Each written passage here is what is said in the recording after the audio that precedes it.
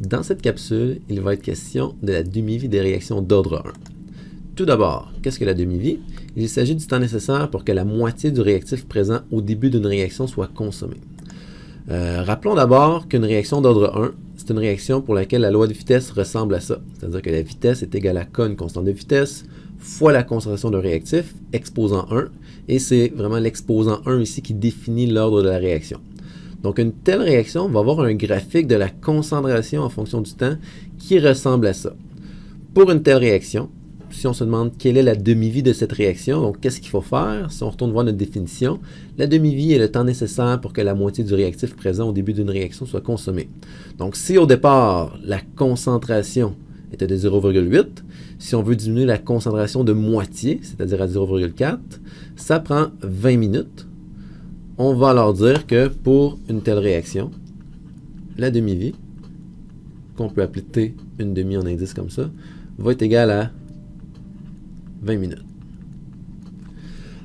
Donc ça, c'est un cas assez simple parce que sur le graphique, c'est évident que la concentration initiale était de 0,8, que la moitié de 0,8, c'est 0,4 et que le temps à 0,4, c'est exactement 20 minutes. Par contre, il y a des situations où les graphiques ne seront pas aussi beaux que ça, donc il est possible de déterminer la demi-vie de façon mathématique.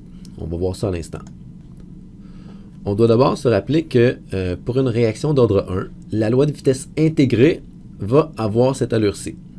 Si on prend le ln de la concentration initiale du réactif, qu'on l'amène de l'autre côté en faisant une soustraction, puis qu'on applique nos propriétés logarithmiques, on peut avoir une équation qui va avoir cette allure-là. Ensuite de ça, on va faire une démonstration mathématique assez simple. On pourrait partir de cette équation-ci ou de cette équation-ci. Ça va juste être légèrement plus simple si on part de cette équation-ci. On va sauver une ou deux étapes. Donc, je vais faire ça à partir de cette équation-ci. Mais il faut se rappeler que ça aurait quand même fonctionné si on était parti de cette équation-là en une ou deux étapes supplémentaires. Donc, au temps de demi-vie, nous, ce qu'on sait, c'est que la concentration à un certain temps, qui est le temps de une demi, va être égale à la moitié, donc une demi de la concentration initiale. Donc, si on applique cette égalité-là et qu'on fait la substitution dans l'équation, donc à un certain temps t, lors de la demi-vie, on sait qu'on a la moitié de la concentration initiale. Donc, rapidement, dans cette équation-là, on voit que les concentrations initiales de A vont s'annuler. Ça va être égal à moins K T une demi.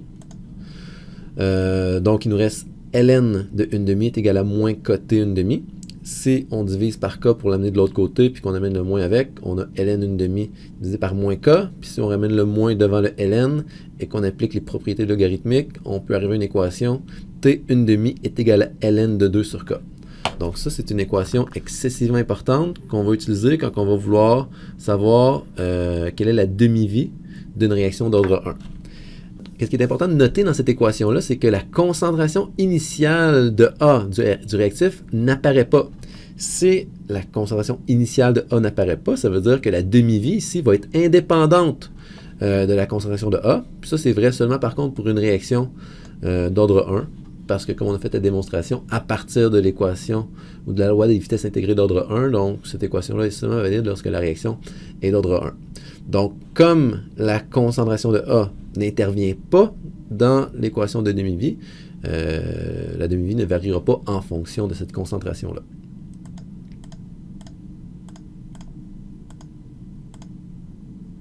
Si on revient à notre graphique initial, puis qu'on regarde qu'est-ce que ça implique, ça, le fait que la concentration initiale n'influe pas sur la demi-vie.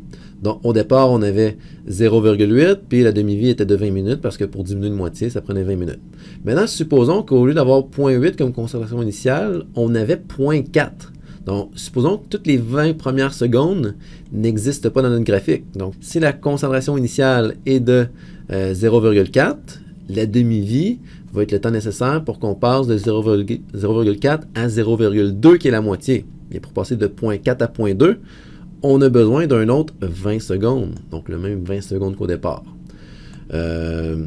Encore une fois, si on suppose que les 40 premières secondes n'avaient pas existé, et supposons qu'on a une concentration initiale de 0,2. Si on veut savoir quelle est la demi-vie, bien, ce serait le temps nécessaire pour diminuer la concentration de moitié. Bien, pour passer de 0,2 à 0,1, on a encore besoin d'un 20 secondes.